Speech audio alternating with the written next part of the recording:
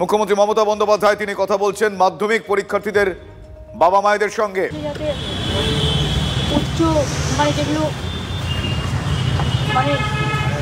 Higher এডুকেশনের পক্ষে যাতে এরা সব জায়গায় চান্স পায়, সিবিএসসি আইসিএসসি বেশি নাম্বার দিয়ে দেয়।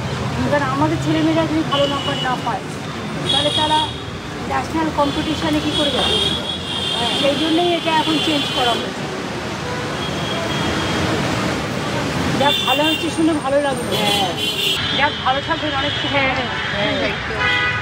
আপনিও ভালো রেজাল্ট করুন। সবাই ভালো রেজাল্ট করুন, আমি এটা চাই। আমি সবসময় বলি কোশ্চেন শক্ত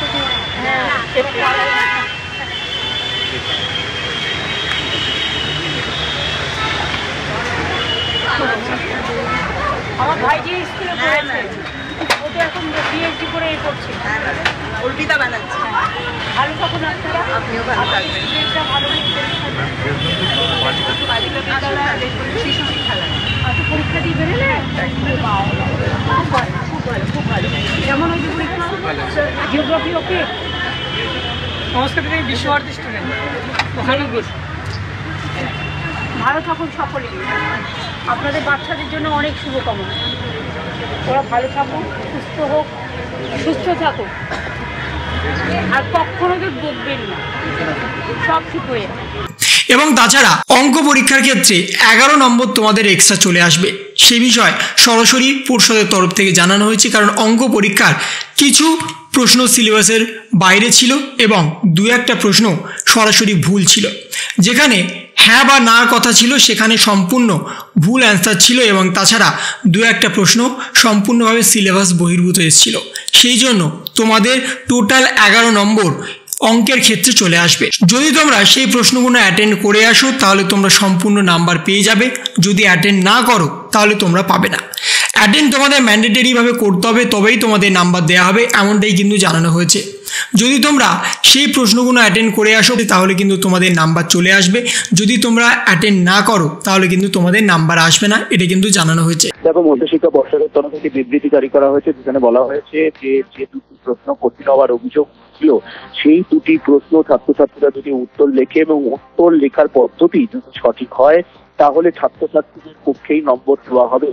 এবং এমনটাই নির্দেশ যারা মূল্যায়নকারী শিক্ষক শিক্ষিকা রয়েছেন অঙ্ক পরীক্ষার ক্ষেত্রে তাদেরকে এমনটাই নির্দেশ দেওয়া হয়েছে।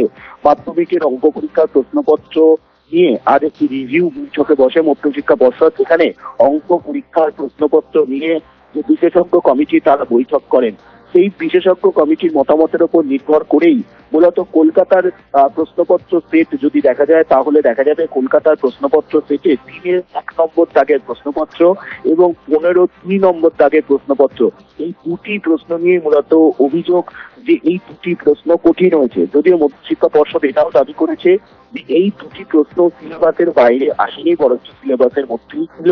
কিন্তু যেহেতু বিশেষজ্ঞরা তারা মতামত জানাচ্ছেন যে এই দুটি প্রশ্ন কঠিন, তাই তাকে গুরুত্ব ও মান্যতা দিয়েই মধ্যশিক্ষা পর্ষদের সিদ্ধান্ত নিয়েছে এই দুটি প্রশ্ন ছাত্রছাত্রীরা উত্তর লিখলে বা উত্তর লেখার চেষ্টা করলে এবং সেই পদ্ধতি গেলে ছাত্রছাত্রীদের পক্ষেই নম্বর দেওয়া হবে। কিন্তু এই দুটি প্রশ্নকেই কেন মধ্যশিক্ষা পর্ষদ চিহ্নিত করলো সেই বিষয়ে পর্ষদ নির্দিষ্টভাবে কিছু তথ্য না জানালেও বা পুরো নম্বর দেওয়া হবে নাকি সেই বিষয়ে পুরো তথ্য না জানানো হলেও পর্ষদ জানাচ্ছে ছাত্রছাত্রীদের পক্ষেই নম্বর দেওয়া হবে, তেমনটাই মধ্যশিক্ষা পর্ষদ সিদ্ধান্ত নিয়েছে। তো এই ছিল একটা ছোট্ট ইনফরমেশন তোমাদের সকলের জন্য। যদি তোমাদের ভিডিওটা ভালো লেগে থাকে তবে লাইক করো, শেয়ার করো এবং অবশ্যই সাবস্ক্রাইব করো। তার পাশাপাশি তোমার মতামত কমেন্টের মাধ্যমে জানাও। ভালো থেকো, সুস্থ থেকো, ধন্যবাদ।